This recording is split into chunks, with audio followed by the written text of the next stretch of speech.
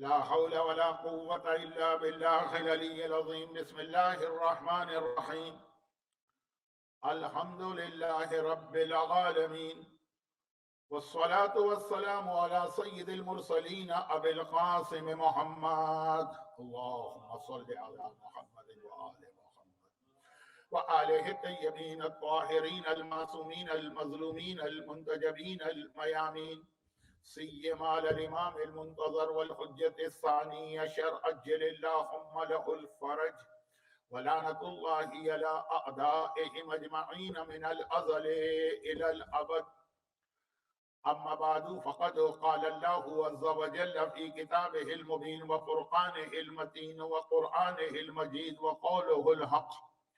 بسم الله الرحمن الرحيم. فما بكت عليهم السماء والأرض وما كانوا منذرين، وقال ومن قتل مظلوما فقد جعلنا لوليه سلطانا. صلوات. اللهم صل على محمد وعلى محمد. 1443 ہجرہ کے ایام ازا کی آج 4 محرم کی مجلس ہے. یہ بھی آسٹریلیا اور نیوزی لینڈ کی مون سائٹنگ کے حساب سے، اور امام زمانہ اور ولایت علی کے عنوان پر ہماری گفتگو ہو رہی تھی. اور ایک طرح سے آج کی مجلس اس عشرے کی 5ویں مجلس ہو کر آدھی مجلسیں ہو جائیں گی، اور اس کے بعد باقی 5 مجلسیں کل سے شروع ہوں گی. تو میں نے کوشش یہ کی تھی کہ پہلی 5 مجالس کے آغاز میں، یعنی ہر مجلس کے شروع میں، کچھ عزائے امام مظلوم اور عزاداری کی فضیلت، عزاداری کی اہمیت، عزاداری کا ثواب، اس حوالے سے گفتگو کی جائے. انشاءاللہ کل سے یہ والی تمہید تھوڑی سی بدلے گی، اور عزاداری کے حوالے سے ہماری ذمہ داری. تو ابھی تک تو ثواب، فضیلت، مختلف واقعات، روایتیں، یہ سب بیان کیے جا رہے تھے. اور آج اس سلسلے میں جیسا میں نے کہا آخری گفتگو ہے فی الحال. اور جو کل میں نے عزاداری کی اہمیت کے حوالے سے ایک واقعہ پڑھا تھا، آج بالکل اس کا الٹا واقعہ ہے. اور یہ بھی عزائے امام مظلوم کی اہمیت کو بیان کرنے والا. لیکن وہ واقعہ بیان کرنے سے پہلے سورہ فرقان کی اس آیت کو، جو کل بھی تلاوت کیا گیا تھا لیکن ترجمہ نہ ہو سکا، ذرا سا واضح کر دوں. سورہ فرقان قرآن کریم کا 25واں سورہ، سورہ نمبر 25. تبارک الذی نزل الفرقان علی عبدہ لیکون للعالمین نذیرا. یہ پہلی آیت ہے جس میں قرآن کے لیے لفظ فرقان آیا ہے. قرآن کا ایک اور نام، تو پورے سورے کا نام سورہ فرقان ہے. گرچہ یہ آیت شاید میلبرن کے بعض علاقوں میں بینڈ ہو، کیونکہ اس آیت میں یہ ہے کہ ہم نے قرآن بھی اس لیے نازل کیا اور پیغمبر کو بھی اس لیے بھیجا تاکہ لوگوں کو ڈرائیں. اور جن حلقوں میں، خاص طور پر مومنین کرام میں، یہ تصور ہے کہ ڈرنا ڈرانا یہ ہمارا مسئلہ نہیں، جائیے جا کے یزید کو ڈرائیے، اور ڈرائیے جا کے شبر کو ڈرائیے تاکہ وہ سمجھ جائیں اور شاید جنت میں آ جائیں. نعوذ باللہ من ذالک. ہم مومنین کو کیوں ڈراتے ہیں؟ تو یہ شاید پہلی آیت مناسب نہیں ہے مومنین کے اس مجمع میں، لیکن چونکہ آن لائن مجلس ہے، ہر ایک کو اختیار ہے کہ اگر یہ آیت اس کے لیے ذرا بھاری ہے تو وہ چلا جائے کسی اور طرف. تبارک الذی نزل الفرقان علی عبدہ لیکون للعالمین نذیرا. ساری برکتیں اس ذات کی ہیں جس نے اپنے بندے پر فرقان نازل کیا تاکہ یہ بندہ نذیر بنے. اور پھر میں نے کہا یہ قرآن کا ایک بہت اہم سورہ ہے. یہ الفاظ کبھی ایک کنفیوژن کریٹ کر سکتے ہیں. کنفیوژن نہیں، مس انڈرسٹینڈنگ، غلط فہمی، کہ شاید قرآن کے سوروں کی 2 کیٹیگریز ہے، کچھ اہم سورے ہیں، کچھ نعوذ باللہ غیر اہم. ایسا تو نہیں ہے نا، پورا قرآن ایک ہے. تو یہ جو میں نے کہا کہ قرآن کا ایک بہت اہم سورہ ہے، وہ اس حوالے سے کہا کہ سورہ کے آخر میں جو ایک پیغام دیا گیا یہ پورے قرآن کا خلاصہ اور سمری، اور اس سورے کی ایک خاص اہمیت یہ میں بتا دوں کہ یہ کوئی ایک خاص اس کی خصوصیت ہے جس کی بنا پر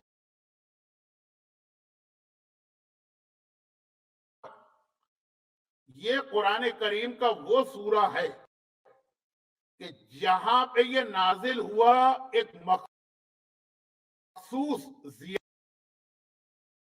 زیارت وہاں پہ بنائی گئی اور طویل عرصے تک وہ زیارت باقی رہی۔ اب قرآن کے 114 سورے کہاں کہاں نازل ہوئے مختلف جگہوں پہ، لیکن کتنی جگہوں پر آپ کو کسی سورے کے حوالے سے کوئی زیارت بنی ہوئی نظر آئے؟ ہاں، پہلا سورہ اقرا بسم ربک الذی غار حرا میں نازل ہوا، لیکن وہاں بھی غار حرا میں اس حوالے سے کوئی زیارت نہیں، وہاں پیغمبر نے اعلان رسالت کا حکم پایا، اس لیے غار حرا ایک زیارت ہے، لیکن چلے پہلا سورہ۔ آخری سورہ غدیر خم کے میدان میں نازل ہوا، الیوم اکملت لکم دینکم واتممت علیکم، وہ ایک مخصوص زیارت ہے۔ لیکن ان دو کے علاوہ، اور یہ بھی پورے سورے نہیں، چند آیتیں، قرآن کے کتنے باقی سورے ایسے ہیں کہ جن کے لیے کوئی زیارت بنائی گئی۔